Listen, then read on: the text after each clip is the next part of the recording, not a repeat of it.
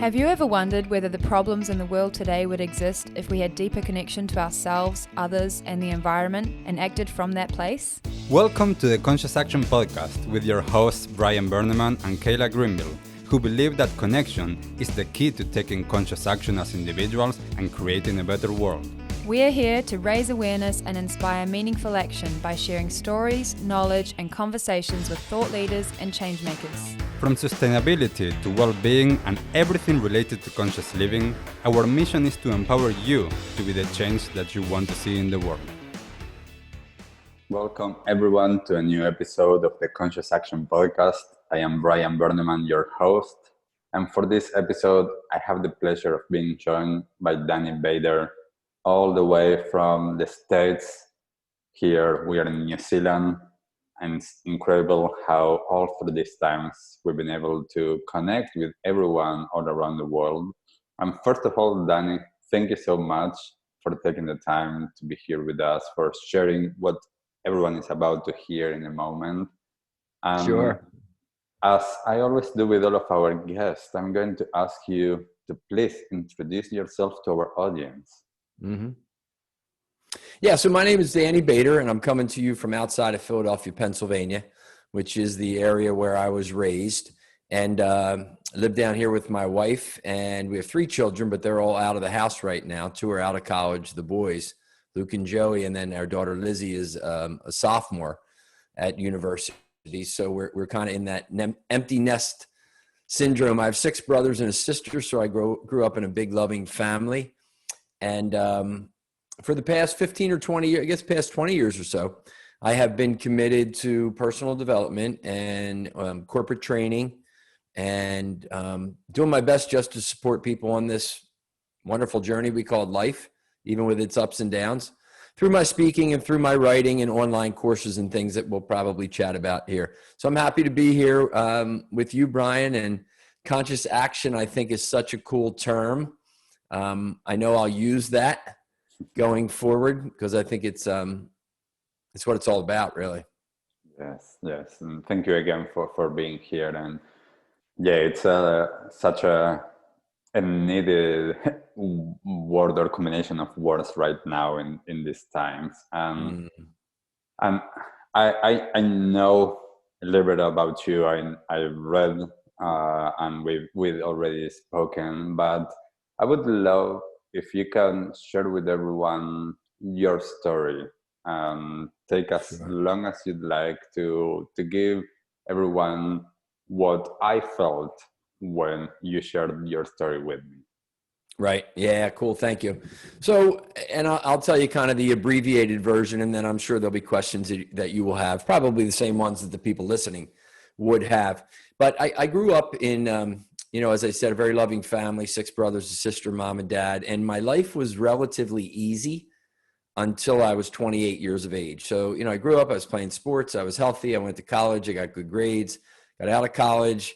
I took a few different jobs that I didn't necessarily like, so I kind of bounced around a little bit.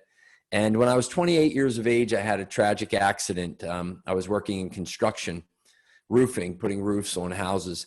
And a friend and I, he owned the business, him and his brother. He and I were lowering a metal ladder at the end of the day, and we saw some electric wires. We'd been working there all day, and we'd put the ladder up in the morning. And we were going to lower it at about 4 o'clock in the afternoon. And I kind of looked up at the wires and said, "Are we going to clear them?" And he said, "Yes, we did it this way this morning." And I kind of felt that feeling of discomfort, like, I don't know if we should do this. And we went ahead and did it, and we hit the electric line only by about an inch was the margin of error. And the electric line that we hit had about 8,000 to 10,000 volts of electricity in it. And that electricity raced down the metal ladder, and we were on the bottom of it, positioning it to lower it. And it went into both of our bodies, and it killed both of us. And I came back to life that day after about 8 minutes, probably. I was dead. And tragically, my friend did not. He did not survive that accident, and he left behind a wife and 3 young children. So, losing him was a real big tragedy. The interesting thing that happened that day is when the electricity hit me, I had an absolute calm and a peace. I wasn't scared. I wasn't yelling for help, but I was still conscious in some capacity. And I saw the other brother. So the two brothers, one was on the ground with me and the other one was up on the roof, and he heard the noise from the ladder and the electricity, the pop. And I saw him coming down the ladder, and I was yelling to him, "Hey, get your brother, get your brother." So I was conscious of him coming down the ladder, and I was conscious of me speaking to him, but I wasn't scared. I wasn't yelling, "Help me, save me."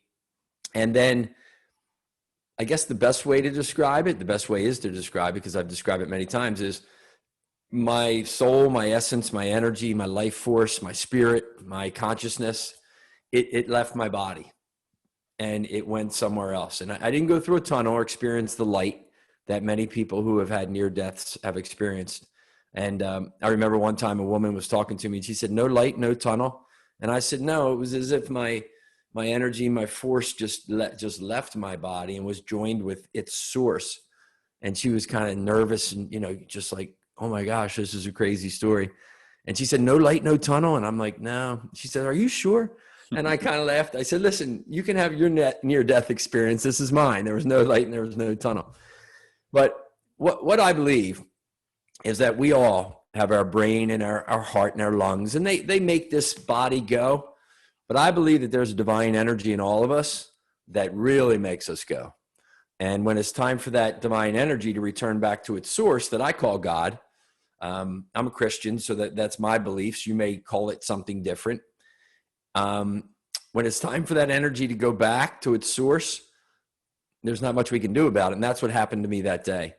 And I was joined with this God, and it was such a loving and peaceful and comforting and calming and joyful experience. But those words don't even do it justice, because those words are words that we use here to describe our human feelings. And I was beyond that.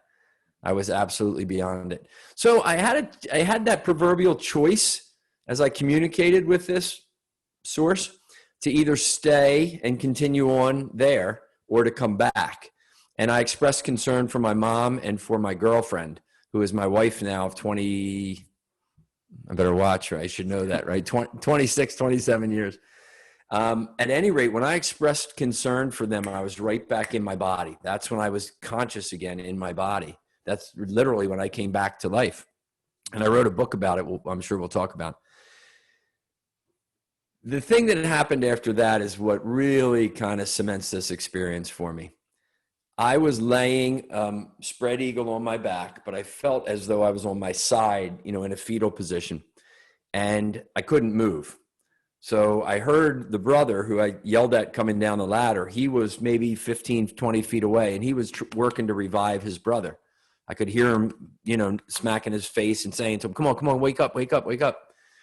And I couldn't move. And then about a minute or two, I regained my motor skills, and I crawled over on my hands and knees, and I came up next to him, and he looked at me and he said, "How are you here?" And I said, "I don't know what you're talking about, but let me help." So I did, mouth to mouth on my friend, and he was doing chest compressions. And then the police and the paramedics arrived. So they looked at me, and I looked reasonably okay, reasonably healthy. They didn't see the little holes in my feet or the holes in my hands or the holes in my boots and everything else. So they said, "Okay, get away. We got this." So I moved away and I sat down against the fence, and I'm sitting there. I realized my feet are killing me. And I look down and I have little holes in my work boots. And then I take them off and I have holes in my socks with black around the white socks.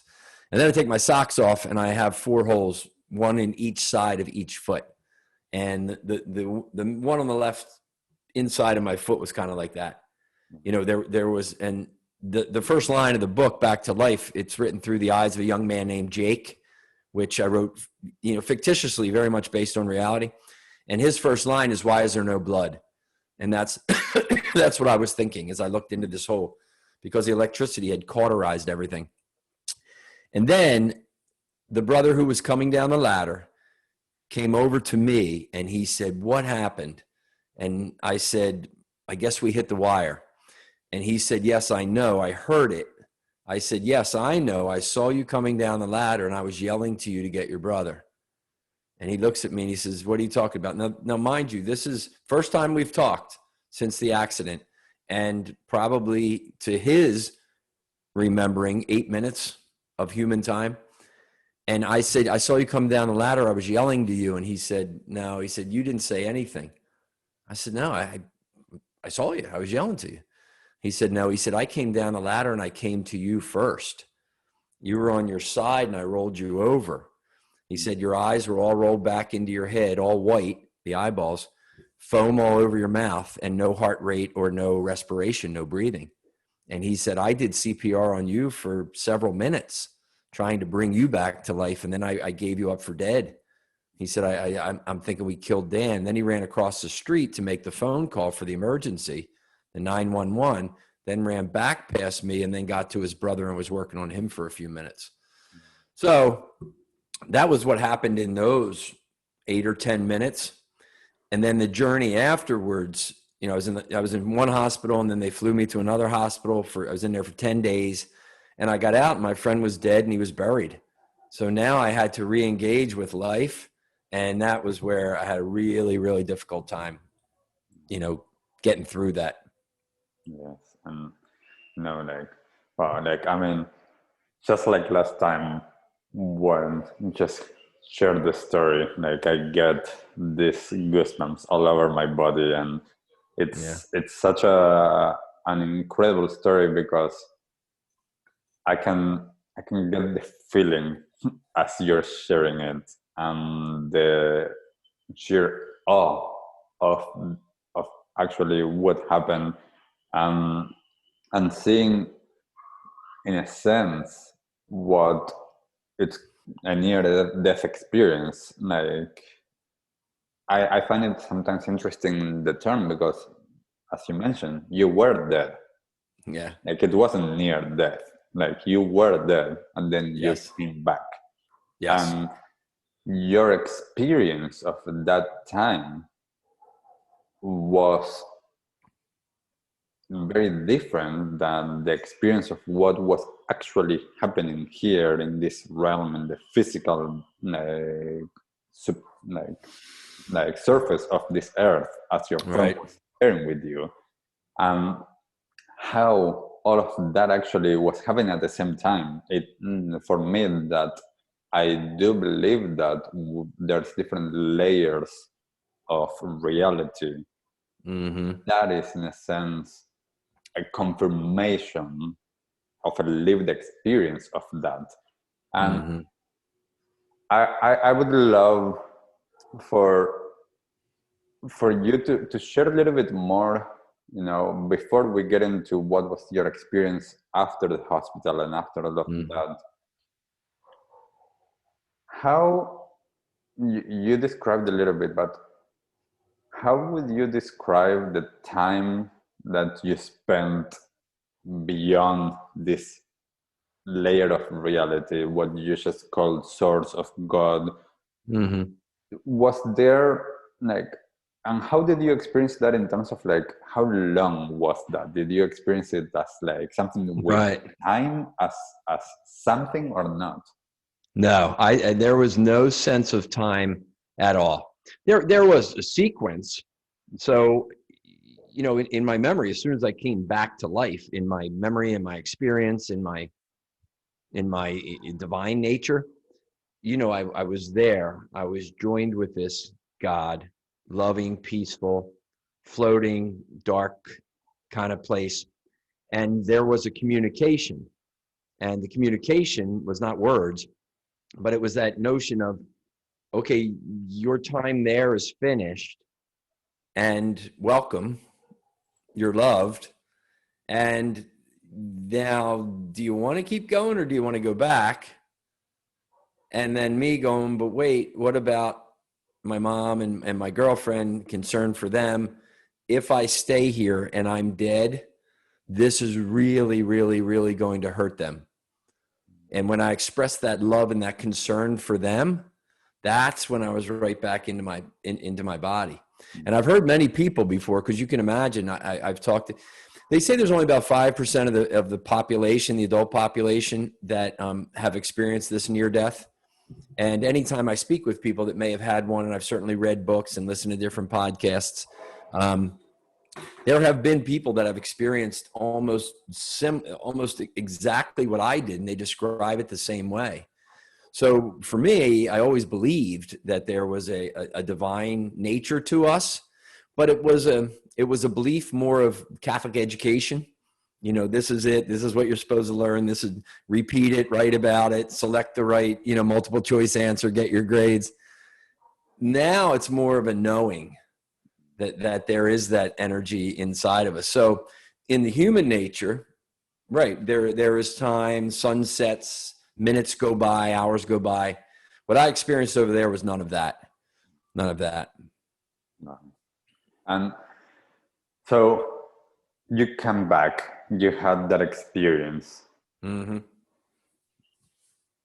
What happened afterwards, and how were you able to reconcile with your experience? Because you went through, in a sense, two different experiences at that moment. You went through you got that electric shock, your friend died, you're in a hospital, and then you had that otherworldly experience. Sure. What happened next? Well, when I got out of the hospital, 10 days later, I had, some bandages on my hands because I had big blisters there. And then they had done some operations on my feet to clean out all the skin was very dead. So they had to clean it out, and then they took a little skin from my hip. So I didn't look too good. And I was very, thin from being in the hospital, kind of drawn in. And I think my stare, from what people used to tell me, was very, very distant and very blank.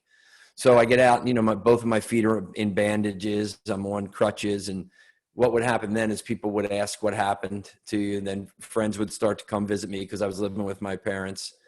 And what happened is I couldn't get past the guilt that I had about how I contributed to this accident. And my friend was no longer here, and his wife didn't have a husband, and his children didn't have a father. So, I started to do what you would naturally do. I wasn't working. So, I'm getting help from priests and psychologists, and just trying to sort it out, and experimenting with like antidepressants. And I'm like, well, I don't want them, because I don't know if I'm feeling better because I'm feeling better, or because I'm feeling better because I'm on this pill. So it was just this journey of trying to figure some things out. And, I started to drink way more than I should, just to try to deal with it, and some drugs as well.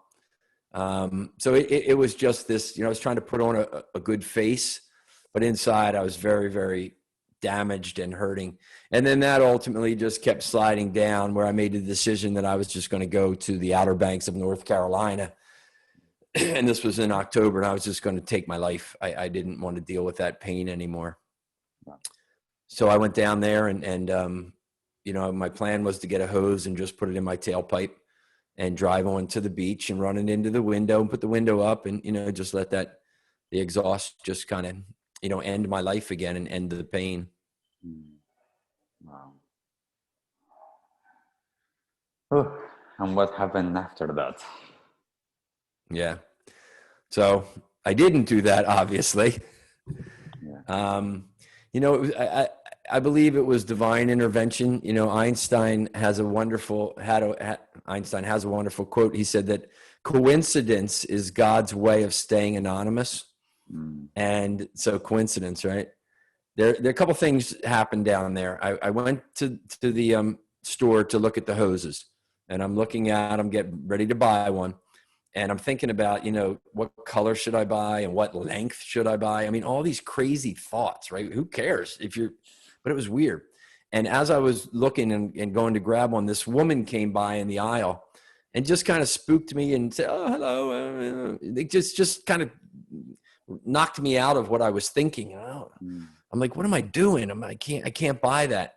So I left, and then I went and got drunk, and I was walking back to my motel. Now you got to understand, the Outer Banks of North Carolina is beautiful beach towns.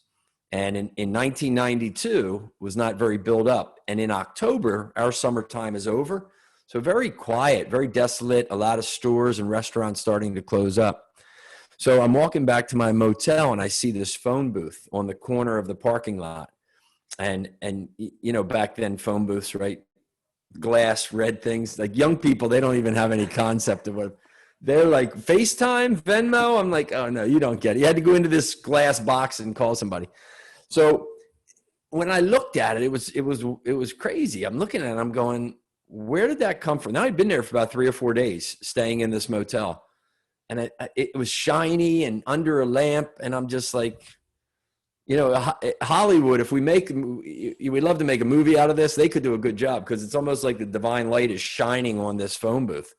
So I go in, you know, drunk, and call my mom, and she said, when are you coming home? We can't wait to see you.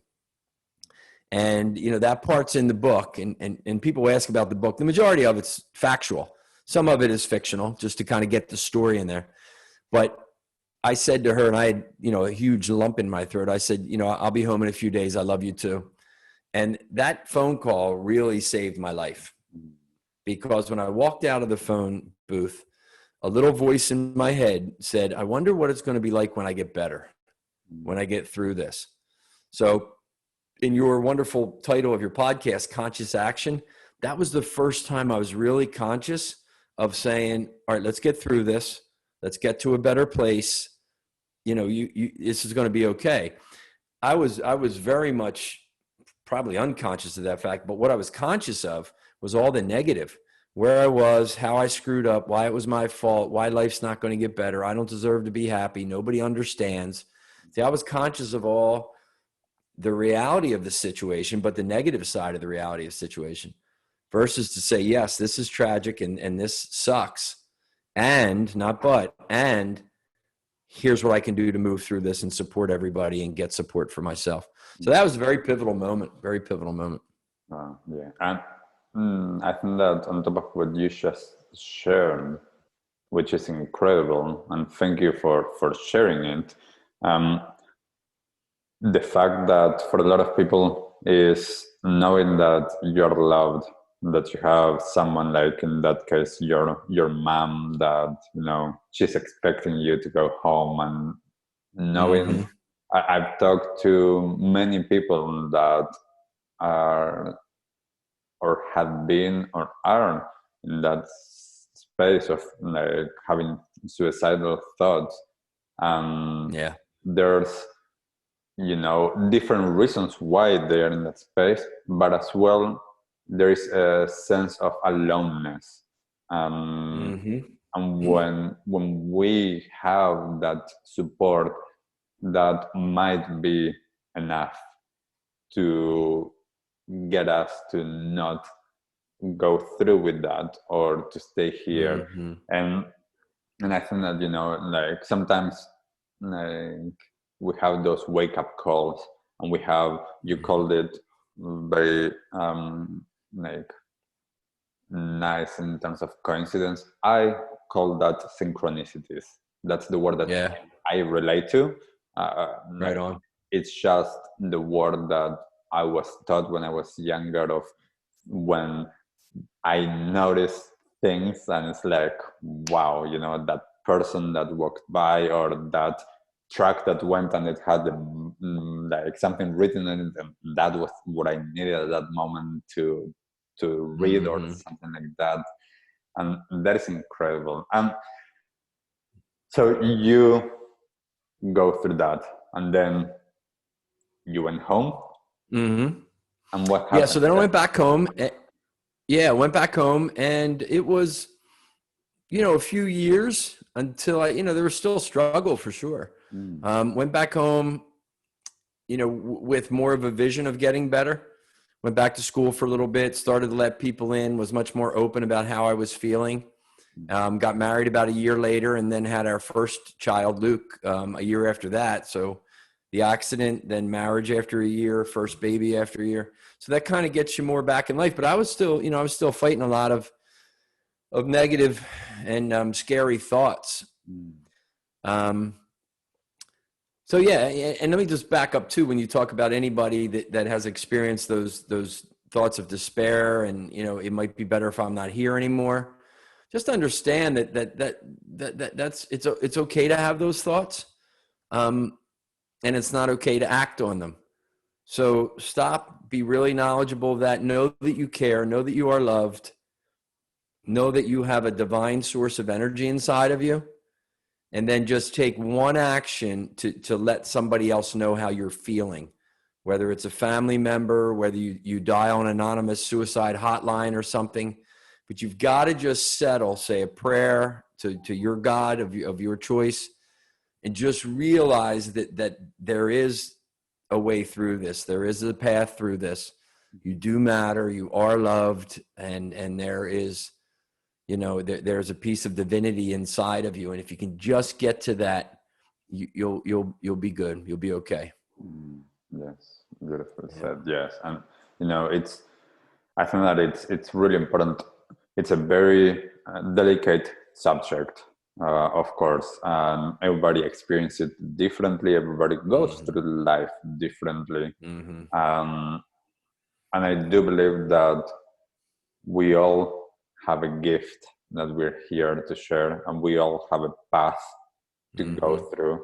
And what we learn from that path is what we then can share, and what you experience is what now enables you to inspire others and to be able to be of service to others, to help others in their own journeys, and to be able to understand that you can go through all these different experiences, and what comes on the other side of that is more understanding, more wisdom, and more compassion towards others.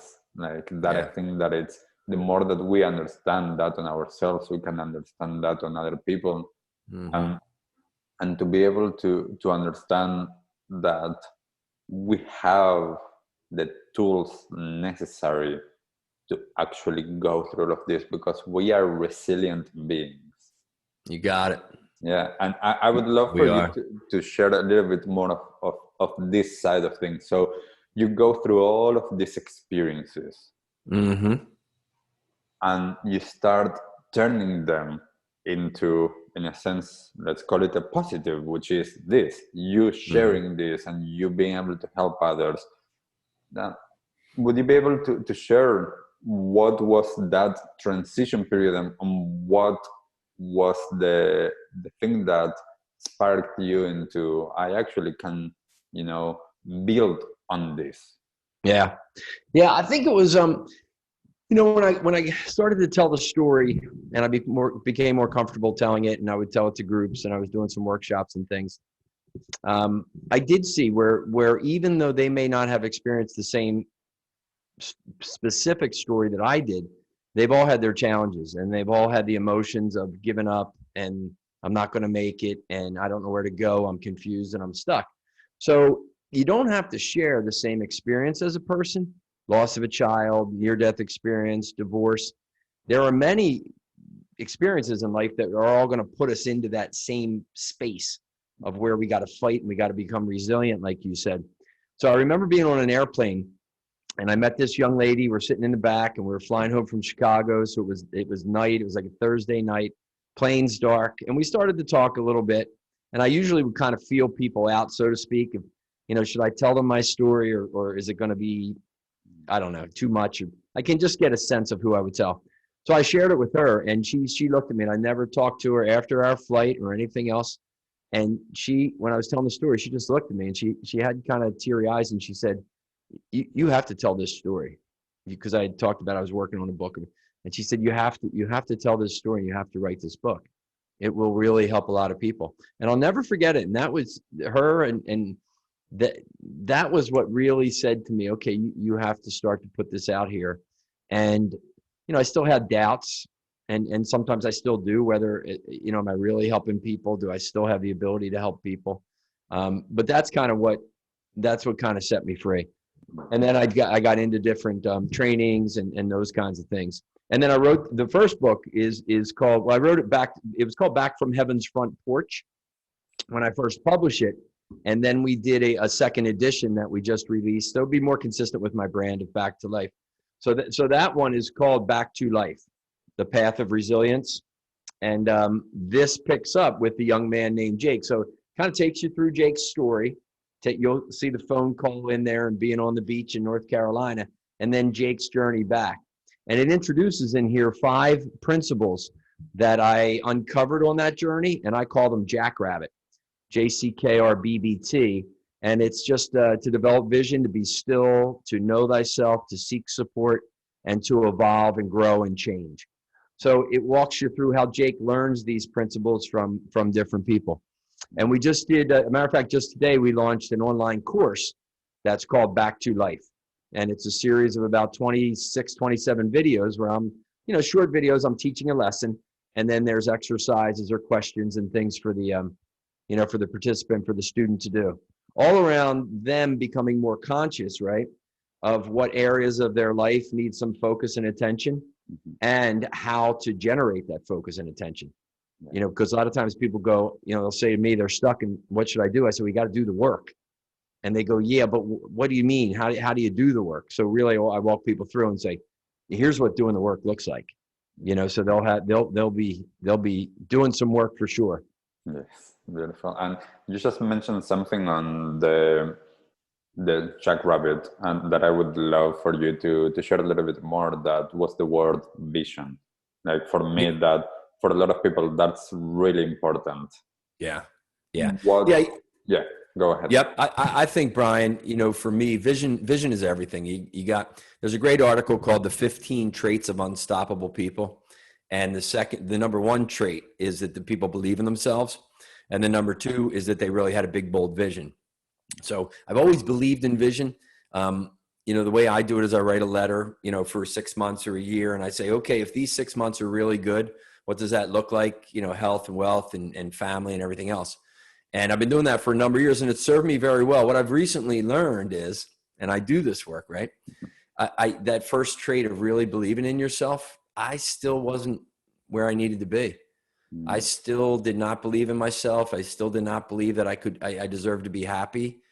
I didn't necessarily believe that I could take this business and these books and this speaking and the podcast, and make significant money from it. And I didn't know if that was right. So, when people say, does your vision always become reality? A lot more of it does now, because I've really done the work on forgiving myself and understanding that I've got to make sure that I hold useful thoughts up here, because you could have the biggest bold vision in the world about all these wonderful things you're going to do. But if you go to, you don't believe that and you got some shitty thoughts going on up here, it's not going to work. So yeah, vision for me is the key. We sell some t-shirts too, and we have one that says IABWV. It all begins with vision. So I would encourage people, right now, as we step into the year 2021, with all its risk and its uncertainty and its fear, there's still a lot that you can control out there. So sit down and say, if I have a really good 2021 with what I can control, what does that look like? And put the pen to paper. And again, in that online course, that's a whole series. Develop Vision must have, 5 or 6 videos in there. Video, a little bit of lesson, video, a little bit of lesson. Yeah. So if people go, how do you write a vision? That's all in there. And it's very interesting, because one of the main things with conscious action is being able to action on the things that we do control. Mm-hmm. Being able to understand that there's a lot of things in life that are out of our control, but sure, there's a lot that is under our control. Our own experience, our feelings, our mind, what is our immediate environment, and of course with all of its challenges, but we can still allow ourselves to take the steps necessary that we want to be able to achieve that. Mm-hmm. And as you say, that it's really important to understand, you can have a huge, bold, crazy vision that it's amazing, but if, as you mentioned, if you have doubts about it, and if you don't have any steps and goals to make that happen, it's unlikely for it to happen by itself. Sometimes, life has a way of making things happen. But for the majority of us, we do need to have that. It's like, I have this vision of that. Okay, how can I break that down into actions? How Yeah. can I make that a goal? Yeah. By this time next year, I'm going to be doing that, and little by little getting into that place. And you know, it's really important. And I think that, and I would love your take on this. I think that it is really important in times like what we are going through right now, with so much upheaval and so much change and so much unknown, Mm-hmm. to understand and to give ourselves the choice of understanding that Mm-hmm. we are blessed to be here, to be alive, and we need to understand that this life is so precious and that we need to live it. Yes. Would you be able to share a little bit on that? We talked last time about that, about, you know, like there's a difference between like living your life and being just alive. Yeah. Yeah. Yeah. For me, the way I use that, and those living and being alive, for me, living is just going through the motions, right? Some people say alive is going through the motions. Alive for me is energized, focused, resilient, connected to spirit. Living is just going through the motions, you know, back and forth. And there is a hell of a difference between them. I would say the majority of people are more on the living side. They're just caught in that, you know, I wake up, I go to work, and even now at home, and I watch TV, and I sleep, and then I do it again. And there's not that sense of, let me really engage with people and in myself and in my own development. So, yeah, being alive, I think is really, really important. And it's good that you talked about, you know, in being alive, even in the difficult times, there's a lot of choices that we can make. And, you know, people always think the positive thinking, right? Positive thinking is discounting that life is shitty, right? And we all know what that means. No, positive thinking is not saying that this crappy time in our life doesn't exist. Positive thinking and positive focus is saying, yes, given this challenge that I don't like and I wish never happened and I'm sad about, given that, here's where I'm going to go. Here's who I'm going to get to help me. Here's how I'm going to think about it. Here's how I'm going to learn to catch myself when I'm thinking badly and I start feeling sorry for myself, or I start thinking negative, because you're going to do that. I mean, you're a human being. There's not many people walk around with positive thoughts all the time. But the key is, how do I catch myself? And then what's my strategy to go, oh, you know, that's not serving me. Let's get back on track here. That's the key, I think, to being fully alive. But you're right. Life is very precious. I've got the quote back here from Dalai Lama that says there are only 2 days in the year that nothing can be done. One is called yesterday and the other is called tomorrow. So today is the right day to love, believe, do, and mostly live and be alive. Yes. So yeah, what good point, Brian. I agree with you 100%.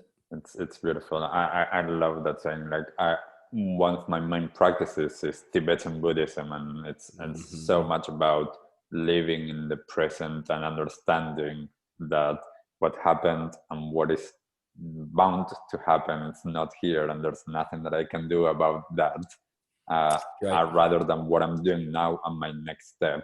And you know, like, as you mentioned, like, I use the words alive and living like differently to you, but this is just semantics. Yes. I do know, and this is something that I talked a lot in my workshops, that for a lot of people, they wait to change their perspective and their lives around. They wait until they hit rock bottom completely. Oh, sure. And one of the things that, and I know that some people need to go through that, but one of the things that I encourage everyone all of the time is, why wait until that moment? Use this moment right now. If you're listening to this, like, use this moment to be the catalyst for you to live fully your life right now. There's no need to wait. Yeah, I agree. That's why the book, the first chapter is Rock Bottom is a Hell of a Place. That's the title of the first chapter, because that's where that's where it was. And it took me to get to that point to, you know, as you said, sometimes people just keep sliding. and they have to hit that point. That their growth is not going to happen until they totally hit it. Yeah. And it could be, a suicidal thought. It could be a suicidal experience. It could be, days of binging with drugs. It could be an overdose. It could be anything. But, that wake up call is there that brings into consciousness that says, wait a minute, this is not right. And there's a possibility to move through it. Because as you said, we are resilient people. Yeah. And, I think it's just so important for us to remember that. Yeah. And I would love just to explore, before we start getting towards the end of this episode, to explore a little bit what you just mentioned, and how we're living our lives. What from, like, most people work most of their lives, like that's what they do. Sure. How do you enable people to use these principles that you share at work?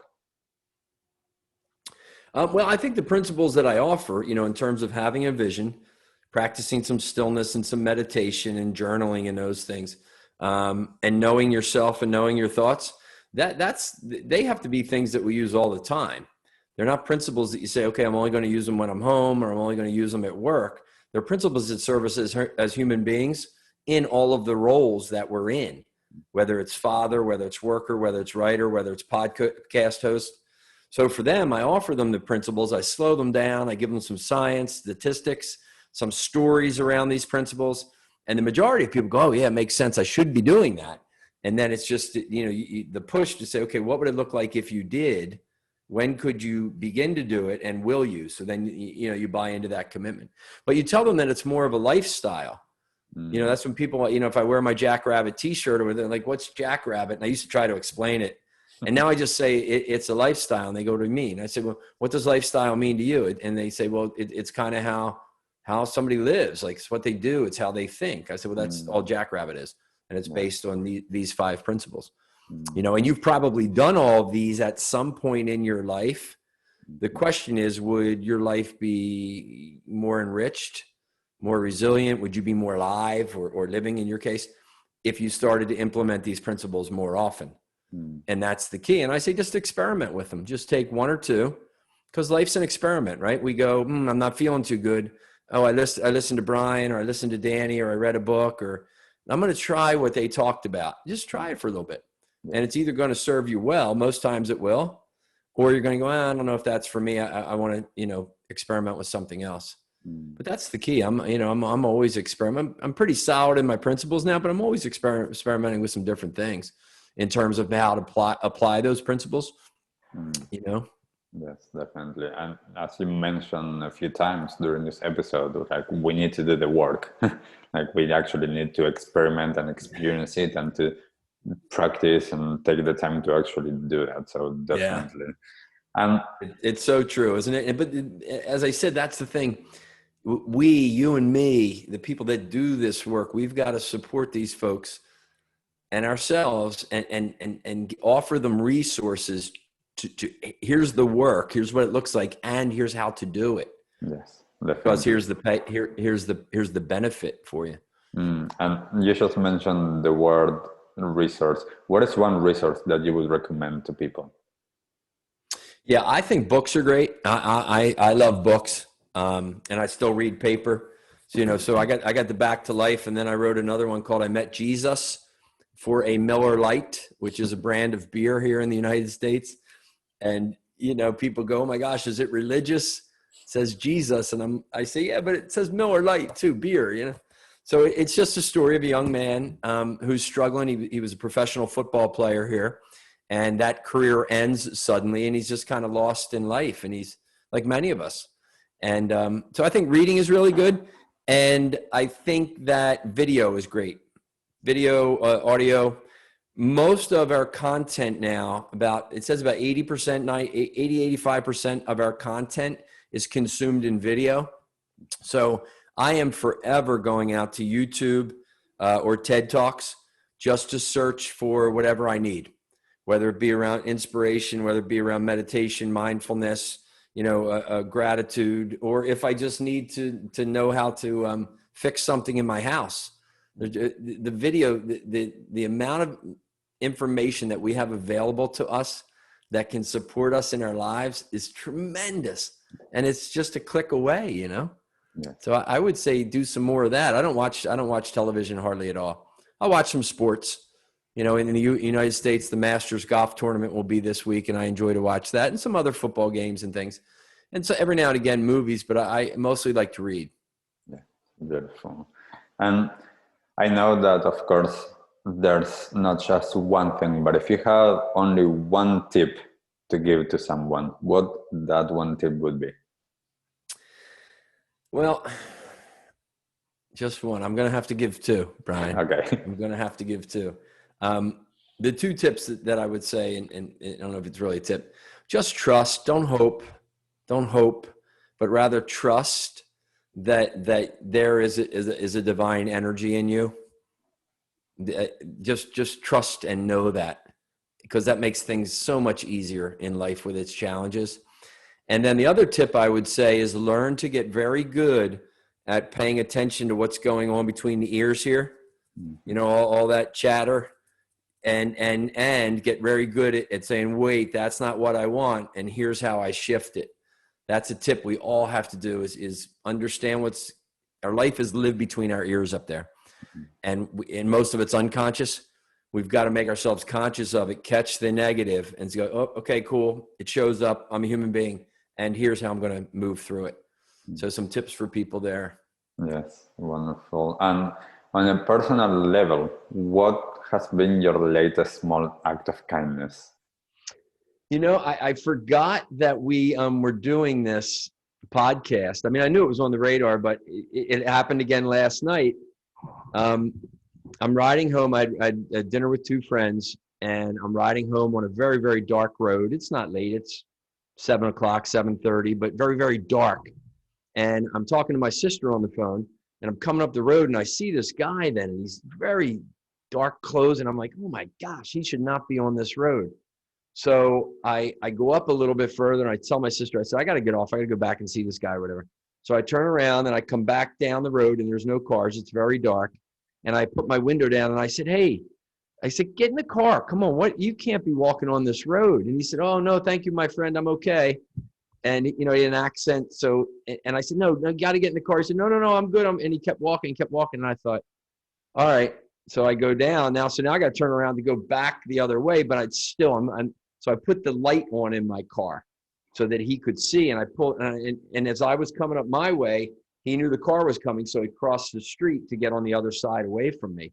So that was good and I looked and I said, you have got to get in the car. Where are you going? Let me help you out. So it was a great experience. He got in the car. Mario, his name is, and he was just walking. He had taken the bus somewhere, and he was headed to stay with some friends for one night and then head to Maryland. He was in from Chile, Argentina, down that way. So we had a nice conversation. And as it turns out, he was so thankful. And the place that I dropped him was probably less than 2 miles from my home. Wow. So it was just, he was so happy, and I just felt good helping somebody else, because he would have walked for another hour or an hour and a half, but very dark and dangerous. So that was my last one. I think I probably did a couple today. I would trust. I don't remember them, but that was a good one. I was happy to help him out. Beautiful. That's so beautiful. And lastly, Danny, what's the one thing that you wish everyone in the world knew? Yeah, that's a great question when I saw that. And I started to answer it that way. And here's what I would offer to people. I think everybody knows. It's not that they need to know. They know deep down that they are here. They are connected to something bigger than us, someone bigger than us, and that we must lead with love. We must lead with love, and when we don't, we have to catch ourselves and come back. So it's not that they need to know that. I think we, all of us, need to work on clearing a lot of the bullshit, so that then that love that's naturally in there, and we know it's in there because we've all experienced it, that will come out. Yeah. And that will make this world better as it needs to be. Beautiful. Not only I love that. For me, a lot of times I tell people, you're never learning something. You're always unlearning to remember. That's right. I like that. Yes, beautiful. And lastly, Danny, how can people find you, follow you, work with you? Sure. So I think the best place for them to go is to the website. So it's www.dannybader, DANNYBADER.com. Because from there, they've got access to my podcast. They can download that. I know if they're listening to your podcast, you and I are very like-minded. So I'm sure they would enjoy some of the conversation. So go on and download our podcast called Back to Life. Maybe pick up the book, Back to Life, available Amazon, Barnes & Nobles, and all those places. And the online course that I spoke about, Back to Life, is on there. We just launched it. It's priced very, very low in terms of the development, because I just want as many people to get it, because I know something in there will help them. So I would say go to the website. That's the best spot. And, Facebook and Twitter, you can find me on some of those as well. Cool. Awesome. Thank you, Danny, so much. I'm going to put, of course, the link on the show notes so that people have easy access to it.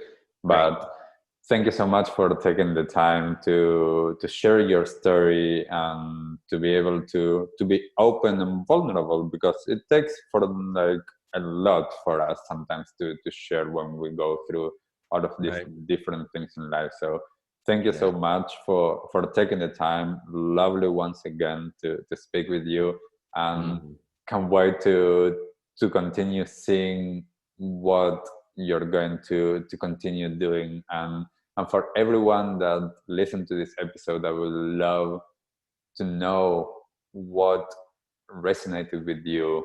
How did you find Danny's story, and what did you learn from it? So I was going to say what actually you learned from it, what you remember. There you go. Nice. Danny, thank you so much. What will you do differently, right? As a result, how will you think or do action? Yes. What conscious action will you take? Yeah. No, I've enjoyed it, Brian. Thank you so much. It's been a pleasure to connect with you. Thank you. Thank you for everyone listening, and we'll see you on the next episode. Until next time. Bye. Take care, everybody. What did you like the most about this episode? Take a moment to think about what change you can make in your life today. Share your conscious action on social media using #ConsciousAction and tagging @ConsciousActionNZ so we can celebrate your impact on the world and create a ripple effect.